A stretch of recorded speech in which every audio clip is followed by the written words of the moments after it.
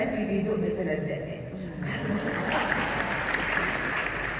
So I have to speak in Arabic now. I just told my great audience how much I miss them. And when I see them, my heart beats 3 times. صاحب الجلالة الملك محمد السادس، صاحب السمو الملكي الأمير مولاي رشيد، أصحاب السمو الملكي، أصحاب المعالي، السيدات والسادة، وكل عشاق السينما في كل مكان.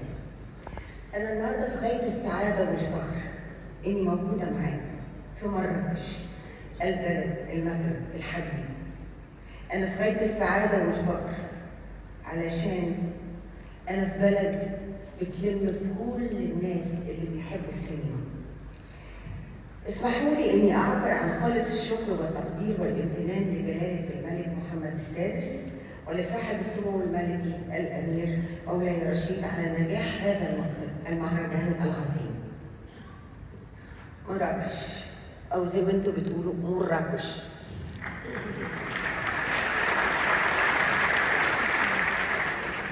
فيها جمال وسحر غير عادي، بلد جميلة، ناسها جميلة مشرقة، تجمع كل عشاق السينما في كل مكان.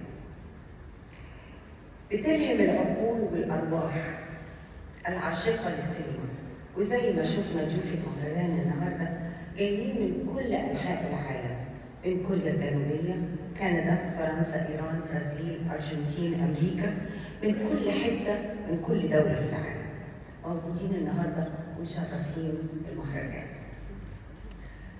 بس أنا النهارده فرحانة وفخورة جدا إني هقدم رمز عظيم للسينما المصرية والعربية، أيقونة شكل بروحه وحضوره روح الأناقة والجمال والفن الراقي. هو سفير فوق العادة في الفن والسينما وجميع المحافل الدولية. حضوره ما كانش حضور عادي ولا كان شكله عادي، لا ده كان حلو قوي، وكان الواد تقيل اللي زي ما سعاد حسني فنانتنا القديرة قالت عليه.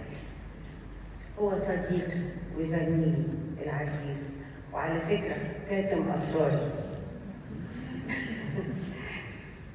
كل الناس كانت فاكرة إنها تعرفه على حقيقته، بس محدش يعرفه قد ما أنا عارفة.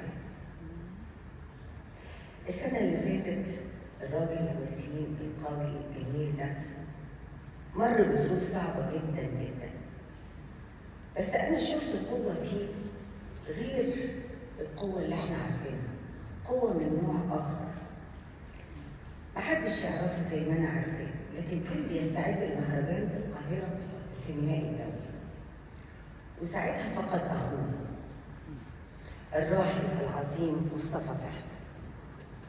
خسارته هزت قلوبنا، هزت مشاعرنا، قلوبنا كلها اتوجعت قد ما هو اتوجع.